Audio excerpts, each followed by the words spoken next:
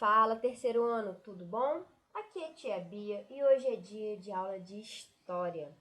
Turma, a gente tem aprendido nas nossas aulas de História sobre a vida no campo, sobre a vida na zona rural e também a gente aprendeu um pouquinho na última aula sobre os problemas que acontecem no campo, as dificuldades que acontecem para quem mora no campo.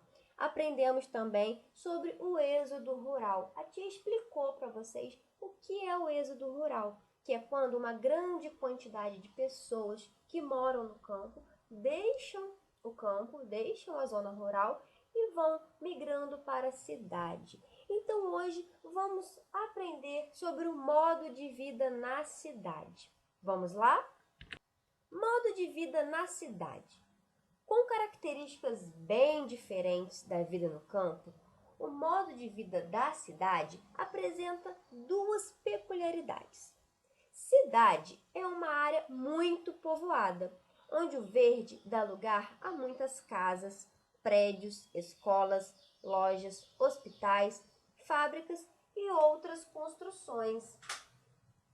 Entretanto, apesar de possuírem semelhanças, cada cidade tem sua característica e estilo de vida próprio. Apresentam diferenças no tamanho, no relevo, traços de ruas, atividades de seus moradores, quantidade de pessoas que nelas residem, desenvolvimento e etc. Turma, aqui a tia está falando um pouquinho das diferenças entre as cidades. Mas a primeira coisa que a tia quer relembrar com vocês é a diferença da cidade para o campo.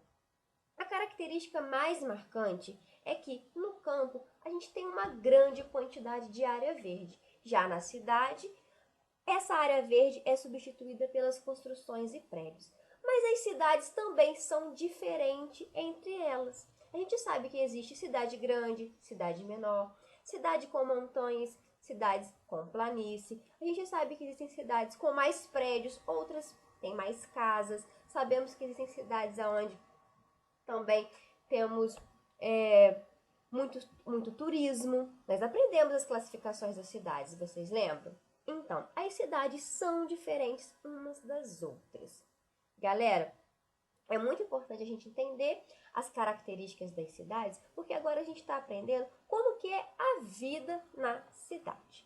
Então, a tia colocou aí 4 fotos que mostram diferentes cidades, fluxo de pessoas, centros comerciais. Temos cidades também que existem lindas paisagens. Beleza? Vamos continuar então. Conhecidas por seu ritmo acelerado, com diversas pessoas andando para lá e para cá, as cidades têm um modo de vida próprio. Sua paisagem é composta por muitas construções, casas, prédios, escolas, hospitais, fábricas, entre outros, bem como muitas ruas e avenidas por onde passam inúmeras pessoas e carros, gerando muita poluição visual, sonora e a do ar. A vegetação natural, na maioria das cidades, é quase inexistente. O que se vê são áreas plantadas, que apesar de embelezar os lugares, ocupam poucos espaços nessa paisagem. Turma, as cidades também possuem paisagens bonitas, mas nós sabemos que essas paisagens são bem menores do que as paisagens do campo, né? Existe a vegetação natural, mas na maioria das cidades é quase inexistente. E outro fator muito importante que a gente tem que lembrar é essa poluição, não só do ar, por causa dos transportes das fábricas, mas também visual e sonora. É muito barulho de carro, de buzina, pessoas andando para lá e para cá. E as cidades têm diversos tipos de moradia, diversas formas e tamanhos. A tia mostrou 2 imagens aí. Uma que mostra várias casinhas lá no Rio de Janeiro, a ocupação dos morros, e também temos cidades que temos muitos prédios. Por conta da grande concentração de pessoas, muitas têm apresentado um número elevado de edifícios e prédios, em um fenômeno chamado verticalização urbana. O trânsito é intenso. Motocicletas, carros, ônibus, caminhões, caminhonetes, Por isso, muitas pessoas têm optado pelo transporte de bicicleta, patinetes e até skates. Em algumas delas, existem também trens e metrôs, muito utilizados por conta de sua agilidade. Atualmente, é comum ver aviões e helicópteros transitando pelo espaço aéreo das grandes cidades durante todo o dia.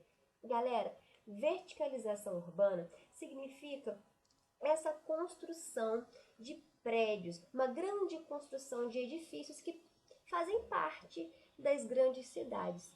E também nós sabemos que essas grandes cidades têm um fluxo muito grande de carros, de motos, é um trânsito intenso. Por isso que a tia falou daquela poluição sonora, porque é muito barulho, e também visual, com muitas construções, com muitos prédios, muito trânsito, galera. Na zona urbana, as atividades giram em torno do comércio e da prestação de serviços, como vendedores, professores, empresários, advogados, policiais, seguranças, médicos, porteiros, motoristas de ônibus, faxineiros, entre muitos outros. Nas cidades, as atividades, tanto de trabalho como de lazer, não dependem da natureza, como no campo. Ou seja, é possível trabalhar de dia ou à noite, quando chove ou não. E é muito comum dizer, a cidade nunca dorme. As formas de lazer são as mais diversas.